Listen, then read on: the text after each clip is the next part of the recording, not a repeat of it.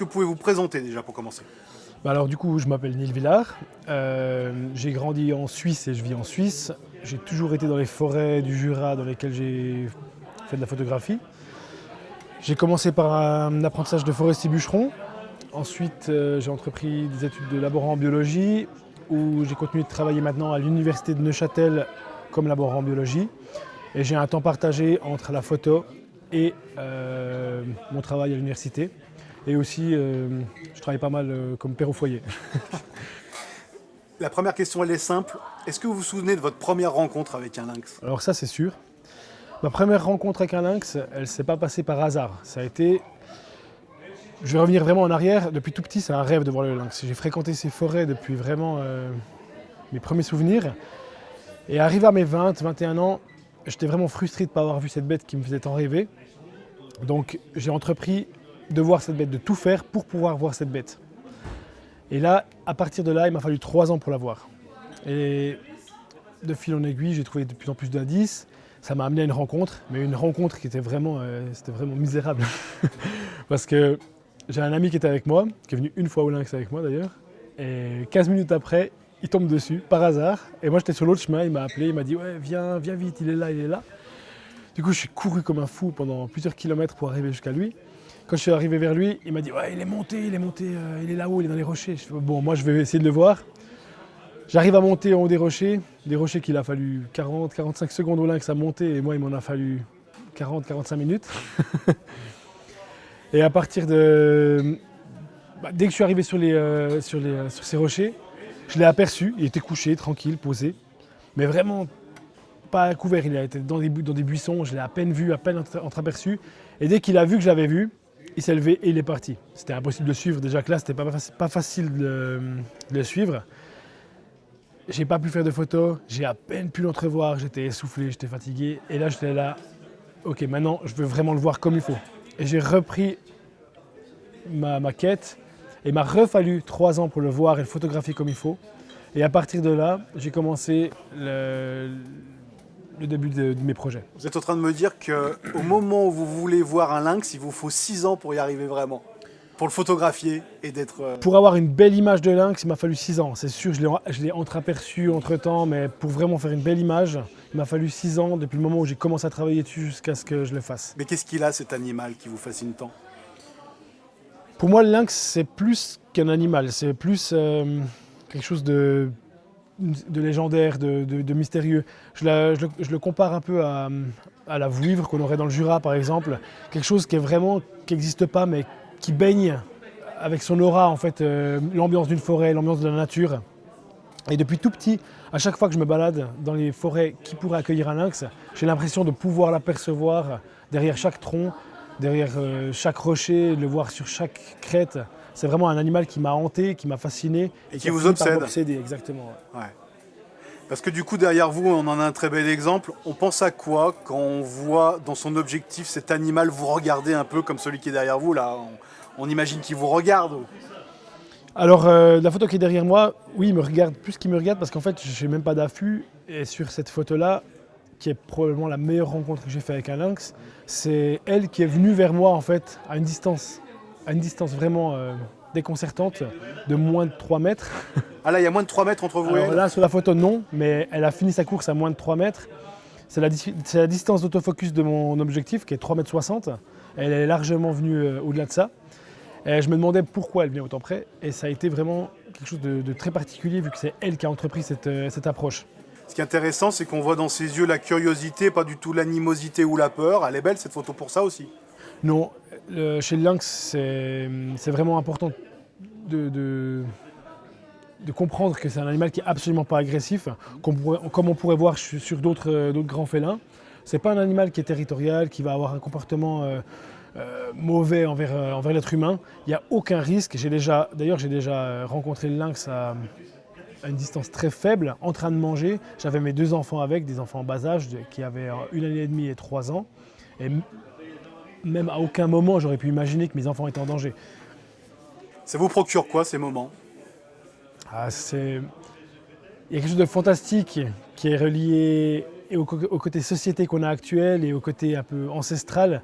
Alors déjà, c'est quelque chose qui est lié au pistage. C'est un c'est un instinct qui est puissant de pister un prédateur, de te suivre, de pouvoir comprendre ce qu'il fait, de lire avec ses traces ce qu'il a fait durant la journée ou la nuit. Et ensuite, l'autre côté qui est vraiment intéressant avec ces rencontres avec le sauvage, je suis désolé, je me suis perdu sur la question. Non, qu'est-ce qui vous intéresse alors en plus le fait de le traquer? Et puis après, c'est un jeu en fait entre lui et vous? Parce que lui, est-ce qu'il vous sent ou justement vous arrivez à le photographier parce qu'il vous a pas vu et vous avez gagné entre guillemets? Non, alors, le lynx, il sait toujours que je suis là. Peu importe la situation. Souvent, c'est à l'approche, donc j'ai pas de camouflage, j'ai rien du tout, j'ai pas d'artifice qui me permette de me cacher. Et là, c'est assez simple parce qu'en fait, dès qu'il a accepté que je sois là, je peux me permettre de bouger, de le suivre selon ses tolérances. Je connais très bien les individus que je suis, donc je sais aussi sur quel individu je peux me permettre quel comportement. Et autrement, quand je suis à l'affût, même le mieux caché possible, il y a toujours la lentille qui est visible.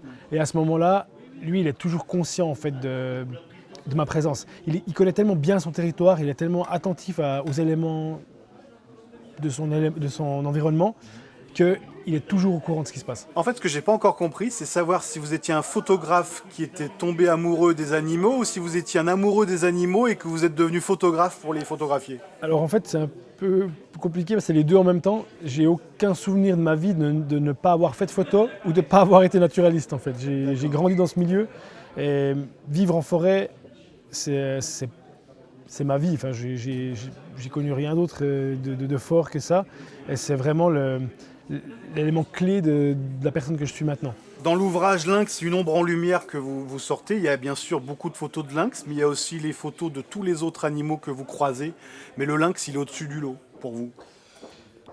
Je ne dirais pas qu'il est au-dessus du lot. Par rapport à moi, oui, parce que c'est un grand prédateur et je suis vraiment fasciné par les grands prédateurs. Surtout par la place qu'il occupe, la relation avec la vie elle-même, enfin même le sens de la vie, c'est un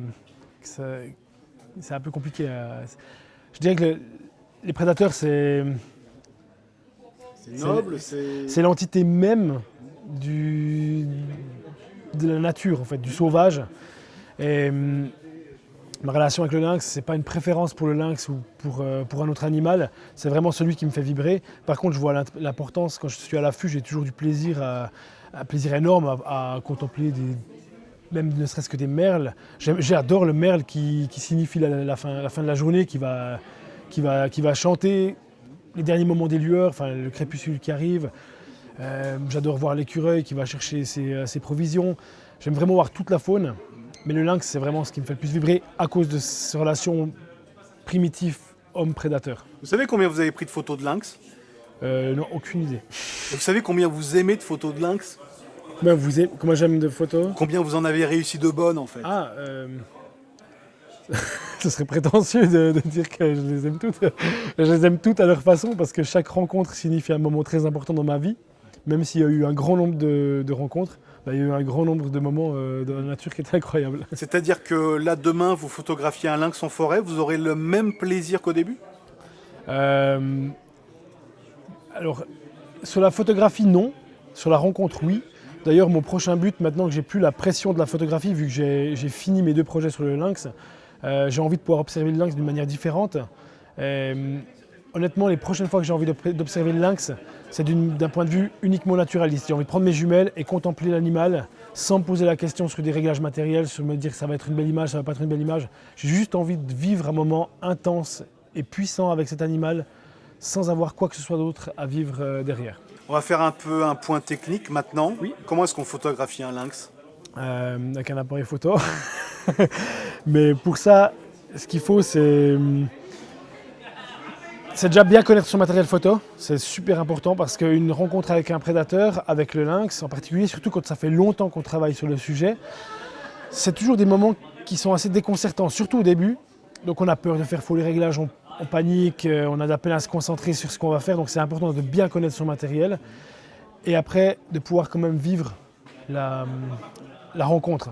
Si j'aurais un conseil à donner à quelqu'un, c'est s'il voit un lynx, s'il n'est pas capable de photographier parce que les conditions sont difficiles, c'est poser son matériel et vivre ce moment parce que c'est un moment unique que beaucoup de naturalistes rêvent de vivre et il faut vraiment savoir profiter de ces moments-là. C'est-à-dire peut-être aussi être avec un autofocus, ne pas s'occuper de la lumière, mais juste capter l'instant le plus simplement possible pour ne pas perdre de l'énergie et du temps avec ça?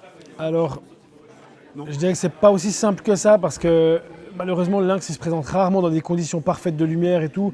Donc il y a souvent pas mal d'ajustements à faire pour sortir une belle image. Si on veut faire une image souvenir, c'est pas un problème, mais pour une belle image qui soit techniquement propre, il y a quand même pas mal de techniques à connaître et à mettre en œuvre sans devoir réfléchir. C'est vraiment un entraînement de tous les jours de pouvoir maîtriser son matériel, maîtriser la photo et saisir ses instants. Après, c'est pas un animal qu'on imagine comme étant très furtif, mais il faut quand même, ça va très vite pour capter le moment. Alors non, c'est plutôt le contraire. C'est un animal très furtif, mais une fois qu'on a réussi à le localiser, si on sait se comporter comme il faut avec l'animal, on peut vivre des moments intenses et surtout on peut vivre longtemps. Au début, je paniquais un peu, c'était un peu anarchique la façon dont je procédais quand je le voyais. Ça durait assez peu de temps. Maintenant, je sais profiter de ces moments et les exploiter au mieux. Et ça m'arrive des fois maintenant de passer plus d'une demi-journée complète avec l'animal sur lequel je suis focalisé. Neil, est-ce que vous avez l'impression d'être un peu privilégié d'avoir vécu ces moments-là avec ces animaux? Et est-ce que vous voyez d'un bon œil le fait que de plus en plus de gens peut-être aillent aussi en forêt pour essayer de capter ce moment-là? Alors je me sens privilégié, oui et non. Je me sens privilégié parce que j'ai grandi dans cette région, ça m'a permis de la connaître sur le bout de mes doigts. Ça a contribué énormément à la réussite de mes deux projets de livres. Par contre, après, pour la deuxième question, si ça me pose problème, aussi, je trouve ça chouette que les gens aient envie de voir le lynx, c'est oui et non. Oui, c'est intéressant parce que c'est chouette parce que les gens peuvent vivre quelque chose de fort dans leur vie et quelque chose de magnifique parce qu'en fait c'est quelque chose qui n'est pas payable. C'est pas parce qu'on a une grosse bourse qu'on peut se payer une rencontre avec le lynx. Et ça c'est fantastique, vraiment de pouvoir imaginer quelque chose comme ça maintenant, dans ce monde maintenant. Et l'autre aspect, c'est combien de personnes vont respecter l'animal, vont respecter les zones. Il y a énormément de choses à respecter quand on suit un animal aussi fragile parce que derrière cet aspect de bête, de prédateur qui a l'air très robuste, il y a un aspect très fragile de sa vie secrète, il a besoin de tranquillité. Et autant sur des zones comme on le voit filmer au téléphone portable, où c'est qu'il a accepté de se montrer, où c'est qu'il n'est pas discret, il n'y a pas de problème. Mais les gîtes diurnes, les endroits où il va passer la journée, les endroits où il va se cacher, où il va allaiter ses petits durant l'été, où il va amener ses petits pour se reposer durant la journée, où ils vont aller se reproduire avec sa femelle si c'est un mâle. Tous ces moments sont des moments qui sont très importants pour eux à être discrets, à être cachés. Et ça doit être respecté. Et pour faire des belles images de lynx, il faut forcément respecter l'animal. On peut faire une image de lynx comme ça par hasard. Mais si on veut vraiment réussir à travailler sur cet animal, il faut vraiment respecter. C'est comme pour tous les sujets. Et ce respect, c'est la clé primordiale à la photographie animalière même. Mais avec le lynx, c'est un peu plus compliqué parce qu'on a vraiment cet aspect de vouloir absolument le voir. Et vous arrivez d'être dans des spots qui étaient devenus trop touristiques, entre guillemets? Non, parce que là où je vais, il n'y a personne. Il faut surtout pas savoir où ça. c'est. Alors non, parce que de toute façon, les gens ils pourraient passer des centaines de jours à l'affût et ne verraient rien du tout. J'adapte chaque jour de terrain, j'adapte mon terrain par rapport à là où je vais ou pas. Et je travaille le plus proche possible de chez moi parce que chaque minute passée dans la voiture, c'est des minutes qui ne sont pas passées sur le terrain. Et chaque minute sur le terrain compte parce que mi bout à bout, après à la fin du mois, on arrive à des heures. C'est colossal le temps qu'on peut passer dans la voiture si on ne fait pas attention à ça. Dernière question, est-ce qu'il y a un animal que vous rêvez de photographier? Ouf, beaucoup. Beaucoup. Ce serait difficile. Les grands prédateurs en général, sans avoir vraiment de but maintenant précis. Oui, parce que c'est ça en fait, le lynx c'est le grand prédateur de nos contrées en fait. Exactement, ouais.